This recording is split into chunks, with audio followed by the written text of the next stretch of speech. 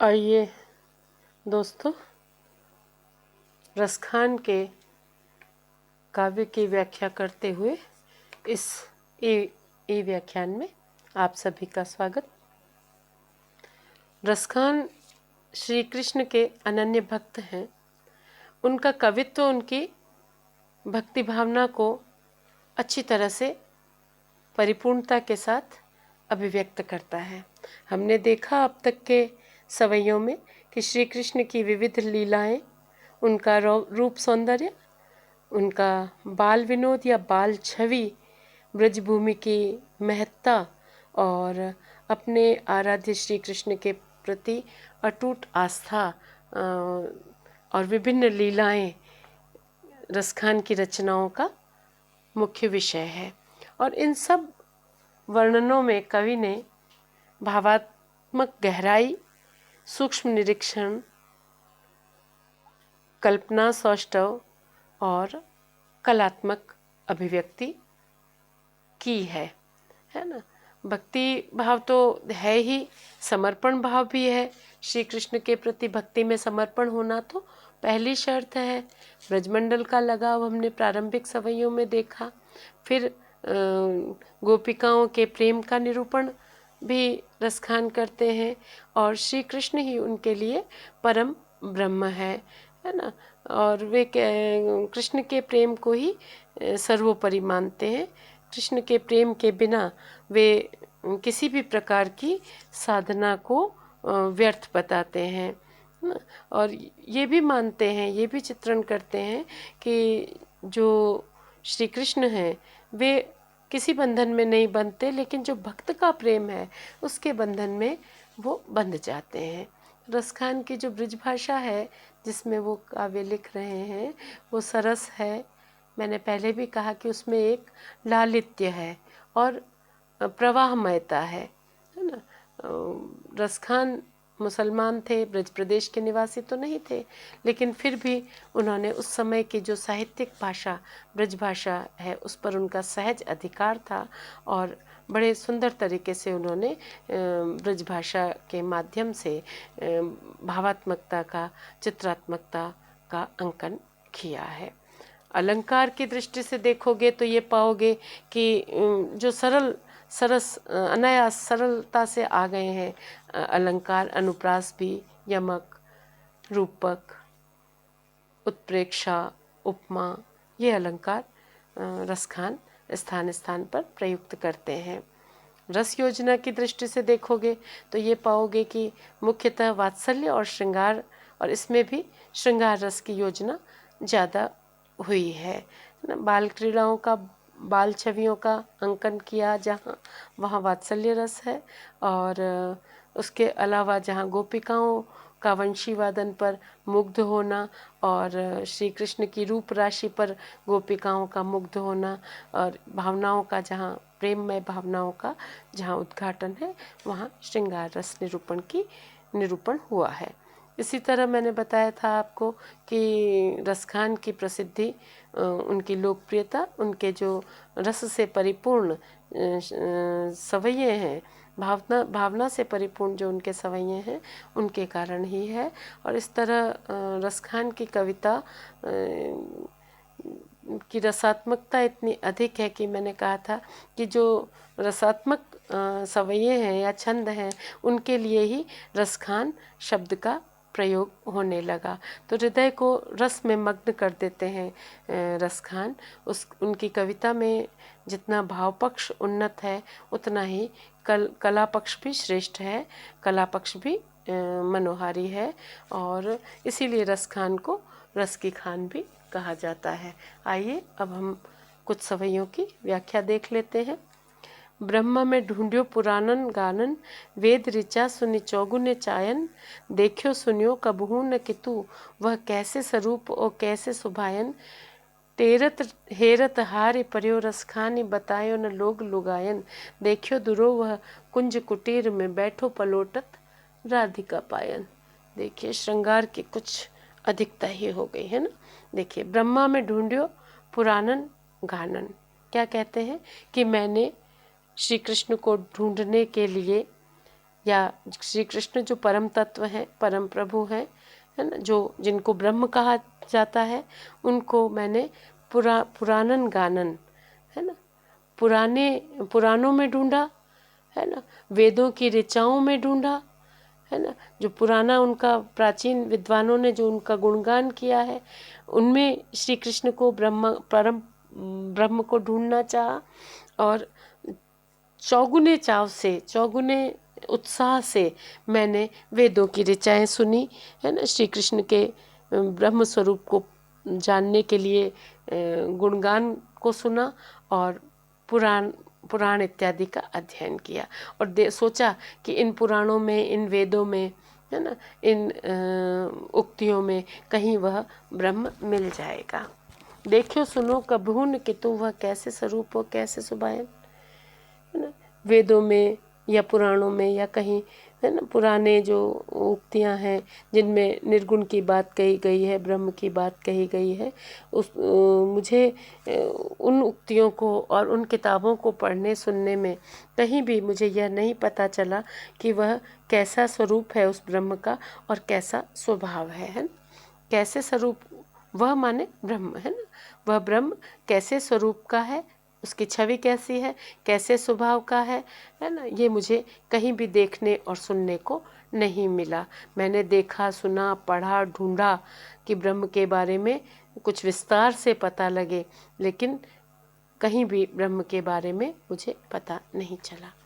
टेरत हेरत, हेरत ढूंढना, टेरत पुकारना, ढूंढते हुए और पुकारते हुए हारी पर्यो, मैं हार गया, थक गया। रसखान बतायो न लोग लुगायन, लोक ने, जन समुदाय ने, लोगों ने मुझे उसके बारे में कुछ नहीं बताया। देखियो दुरो वह कुंज कुटीर में बैठो पलोटत राधिका पायन। और जब मैंने खोज प्रारंभ की तो मुझे पता चला कि वह तो श्री कृष्ण के रूप में कुंजों के बीच बैठा हुआ, उपवन के बीच बैठा हुआ, दुरो छुपा हुआ, है ना, दुरो छुपावा के लिए कि कुंजों के बीच में बैठे हुए वे श्री कृष्ण, छुपे हुए बैठे हुए श्री कृष्ण पलोटत राधिका पायन, श्री राधिका जी के चरण चाँप रहे हैं, राधिका जी के चरण दबा रहे हैं। तो ये माधुर्य भाव का सवैया है, लेकिन इसमें जो श्रृंगार की अधिकता हुई है, इस अधिकता का परिणाम आपको आगे जाकर यह मिलता है कि कृष्ण भक्ति काव्य में जो स्थूलता का धीरे धीरे समावेश हो गया और धीरे धीरे उसमें रीति तत्व का समावेश हो गया। धीरे धीरे राधा और कृष्ण की जो भक्ति का भाव है वो हटता गया और राधा और कृष्ण का नाम मात्र रहा और उसके माध्यम से कवि नायक नायिका का चित्रण करने लग गए, करते हुए हमें रीतिकाल में फिर दिखाई पड़े। क्योंकि चलिए इस बारे में अलग से बात करेंगे, अभी अगला सवैया देख लेते हैं।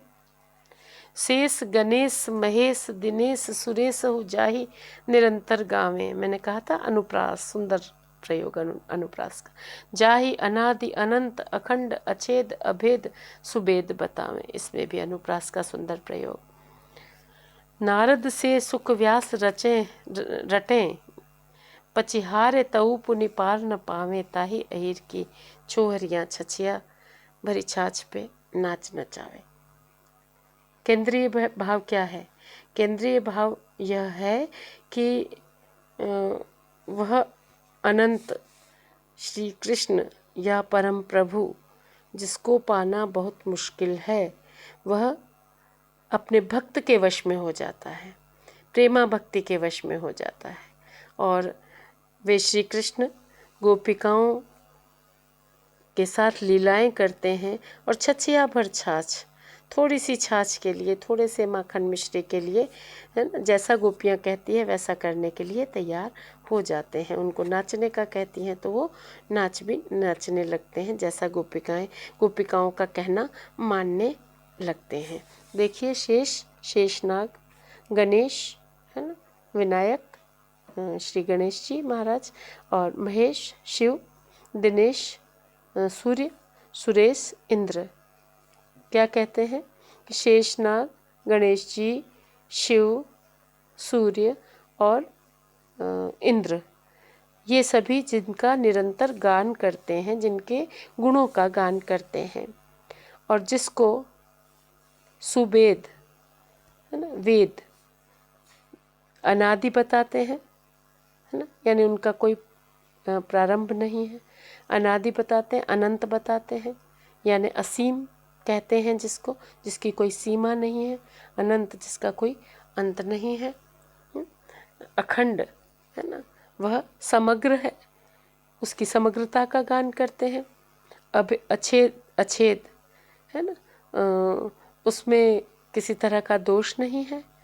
अभेद, है ना, उसका कोई भेद नहीं है, या ना उसके कोई अलग अलग रूप नहीं है, ऐसा जिनको सुवेद बतावें। वेद जिसके बारे में ये कहते हैं कि वह अनादि, वह परम शक्ति, अनादि, अनंत, अखंड, अछेद और अभेद है ना, ऐसा वेद उनके बारे में कहते हैं। नारद से सुख व्यास रटे, नारद मुनि जिनका गुणगान करते हुए थक जाते हैं, शुकदेव जिनकी चर्चा करते हैं ग्रंथों में, और व्यास भी रचनाकार हैं। तो व्यास भी जो ऋषि हैं, रचनाकार हैं, वे पचिहारे, है ना, वे भी लिख लिख कर थक गए, है ना, पच पच कर थक गए, है ना, तऊ पुनि पार न पावे। लेकिन श्री कृष्ण के या परम प्रभु के सारे गुणों को वे नहीं लिख पाए, सारे गुणों से वे पार नहीं पाए। तऊ पुनि पार न पावे, पार न पाना यानी पूरी तरह उनकी महिमा का वर्णन, उनकी श्रेष्ठता का वर्णन नहीं कर पाए।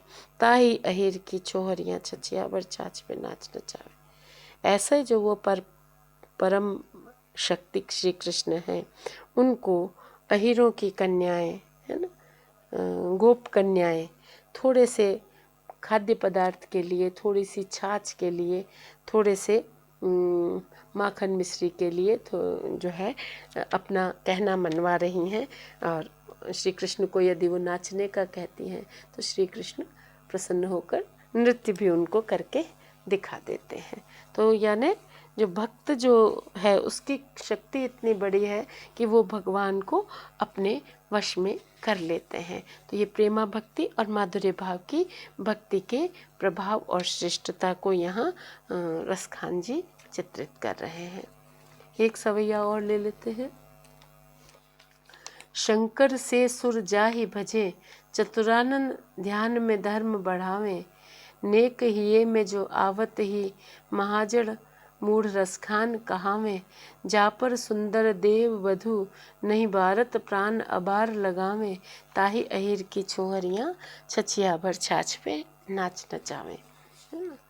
क्या कहते हैं कि शंकर से सुर जाहि भजे, जिन श्री कृष्ण का भजन शंकर जैसे देवता भी करते हैं।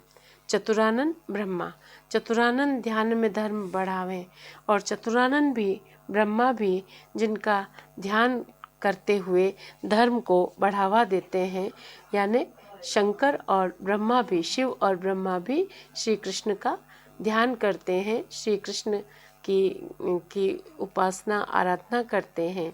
नेक हिये में जो आवत ही, महाजड़ मूढ़ रसखान कहावे।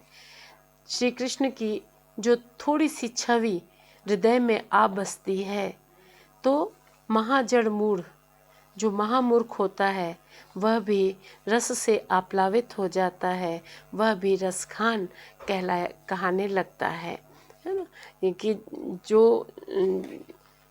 जो बहुत ज़्यादा रसिक नहीं है, जो जड़ है, जो मूर्ख है ना, जिसमें रसात्मकता या सहृदयता की कमी है, वो भी श्री कृष्ण की छवि को जब अपने सामने देखता है या उसे हृदय में धारण करता है तो वो भी रसखान कहलाने लग जाता है, क्योंकि उसके मन में भी सरसता का संचार हो जाता है, प्रेम का संचार हो जाता है, माधुर्य का संचार हो जाता है, सौंदर्य का संचार हो जाता है, और तब वह भी रसखान कहलाने लग जाता है। रस का आगार, रस का कोश, रस की खान बन जाता है। जा पर सुंदर देव वधु नहीं भारत प्राण अबार लगावे। वे परम सौंदर्यमय श्री कृष्ण जिनको देखकर देव वधुएं अपने प्राण न्यौछावर करने में जरा भी देर नहीं लगाती हैं। अबार देर है ना, नहीं भारत प्राण प्राण न्यौछावर करने में नहीं अबार लगावें, है ना, देर नहीं लगाती हैं। जा पर सुंदर देव वधु, वह कृष्ण का वह सौंदर्यमय स्वरूप जिस पर देव वधुएं भी अपने प्राण न्यौछावर करते हुए क्षण भर भी नहीं लगाती हैं, देर क्षण भर की भी देर नहीं लगाती हैं। ताही अहीर की छोहरियाँ छछिया भर छाछ पे नाच नचावे। ऐसे श्री कृष्ण अपने भक्तों के वश में हैं और अहीर कन्याएं, गोप कन्याएं उनको मनचाहा उनसे करवा रही हैं, नृत्य करवा रही हैं, है ना। और श्री कृष्ण अपनी लीलाओं के माध्यम से ब्रजजनों को सुख प्रदान कर रहे हैं, अपने भक्तों को सुख प्रदान कर रहे हैं। ठीक है ना। तो अभी आज के लिए इतना ही, हम थोड़ा थोड़ा करके ही पढ़ेंगे और शेष जो आपके 3 सवैये बचे हैं इनको अगले व्याख्यान में लेते हुए हम रसखान के काव्य की व्याख्या को समाप्त करेंगे। आप सभी का बहुत बहुत धन्यवाद, बहुत बहुत शुक्रिया।